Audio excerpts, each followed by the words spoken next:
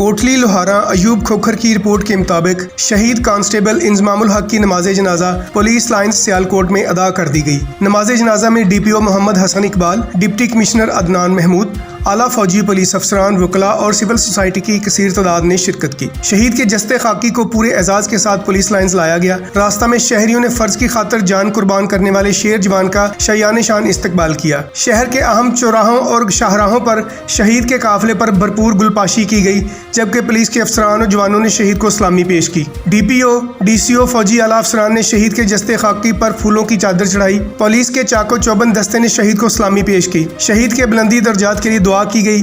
D P او سیالکوٹ محمد حسن اقبال نے شہید انضمام الحق کے بھائی اور والد سے ملاقات کی اور ان کی ڈھارس بندھائی۔ ڈی پی او سیالکوٹ محمد حسن اقبال نے کہا کہ پولیس کے بہادر سپوت انضمام الحق کی قربانی رائے گاہ نہیں جانے دی جائے گی۔ واقعہ میں ملوث ملزمان کو جلد از جلد گرفتار کر کے کیفر کردار تک پہنچایا جائے گا۔ پوری قوم شہداء اور ان کی فیملیز کی قرض دار ہے۔ شہید کے ورثاء کا ہر طرح سے خیال رکھا جائے گا۔ شہید کا جسد خاکی تدفین کے لیے آبائی گاؤں روانہ کر دیا گیا۔